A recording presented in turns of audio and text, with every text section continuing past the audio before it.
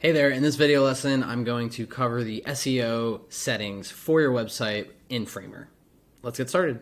So I have my template open here within Framer, and let's just say that I finished editing everything here and I want to go ahead and get to the SEO capabilities. All I'm going to do is click on this gear icon in the top right, and this is going to open up the settings for all of my pages. It's first going to open you to the homepage settings. So in here, you would change the title of your homepage. So I would say John Sorrentino, Design and Strategy. I would give myself a page description here. Again, this is going to help with the search engines and search SEO, search engine optimization.